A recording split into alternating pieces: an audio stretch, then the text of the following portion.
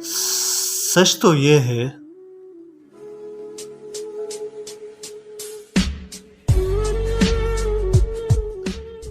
कि इंसान ही इंसान की दवा है।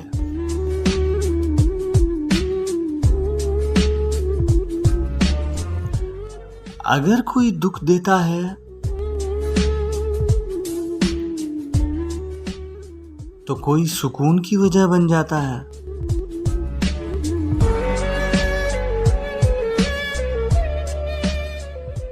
कोई नफरत करता है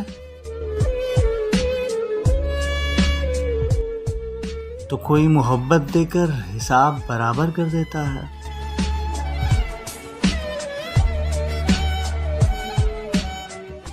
कोई रुलाता है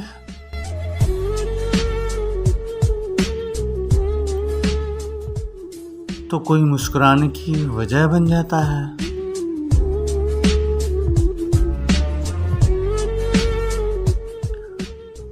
और अगर कोई धक्का देकर गिराता है